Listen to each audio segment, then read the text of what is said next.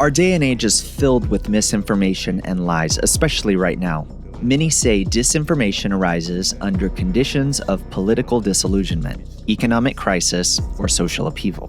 All these factors are evident today. And on top of them all, there is the internet, which is to say, lies can be manipulated. There are companies that promote lies and thereby manipulate public opinion.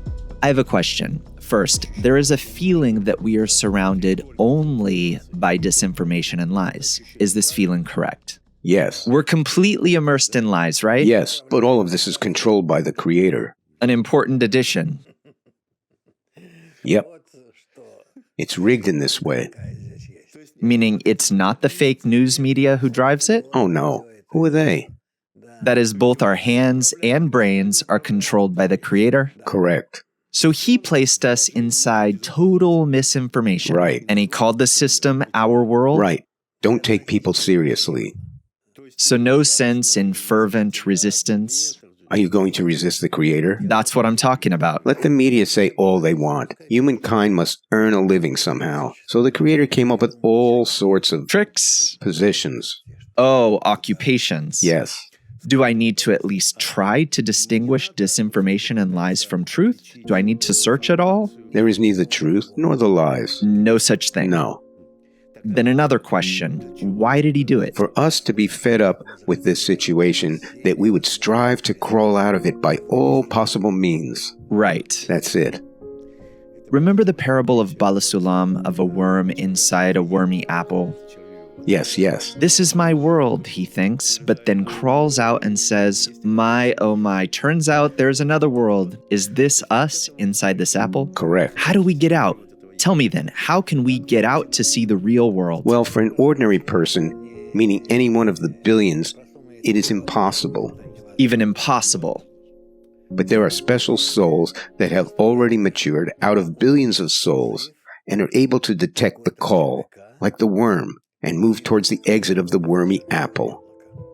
As the worm moves towards exiting the wormy apple, does it pave the way for other worms? Well, this is not his doing. The worm doesn't know much about it. Is that so? Yes. That is, the worm moves, breaks out of the apple because... He doesn't even realize that he's moving, how or where to. This is incredible, not knowing where one is headed or how. Why would you, worm, need to know? To what end? Toward the light, as they say. What light? You wouldn't go to the light. In other words, I'm used to being inside the apple. You want to be where it's warm and cozy. The wormy apple is sweet, too. Is this too given from above? To escape? One doesn't do it on his own? No way. Not by his own efforts. Well, how is it possible for one to do it? You leave man no credit at all.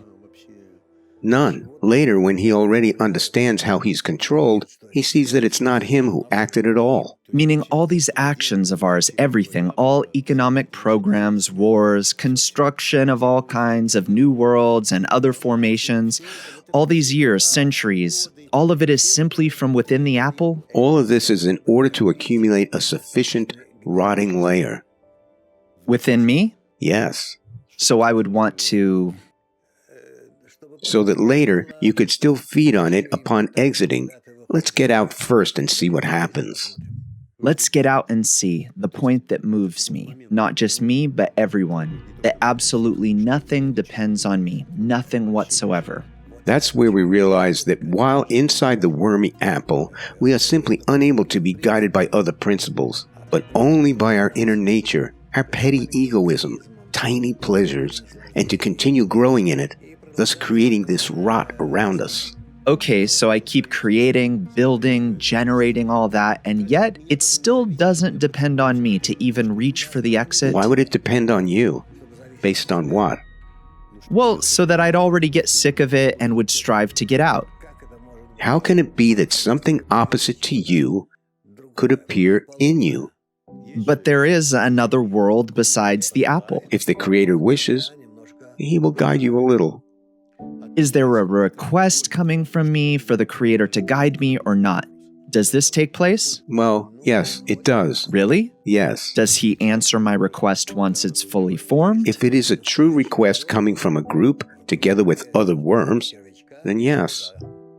Is this what's important? Is it most important to come to this request? Yes. Is that why he keeps us in this jar? Yes. Why is there so much misinformation about the Creator? You probably haven't browsed the internet. 2 things. 1, because he controls everything and everyone. The Creator.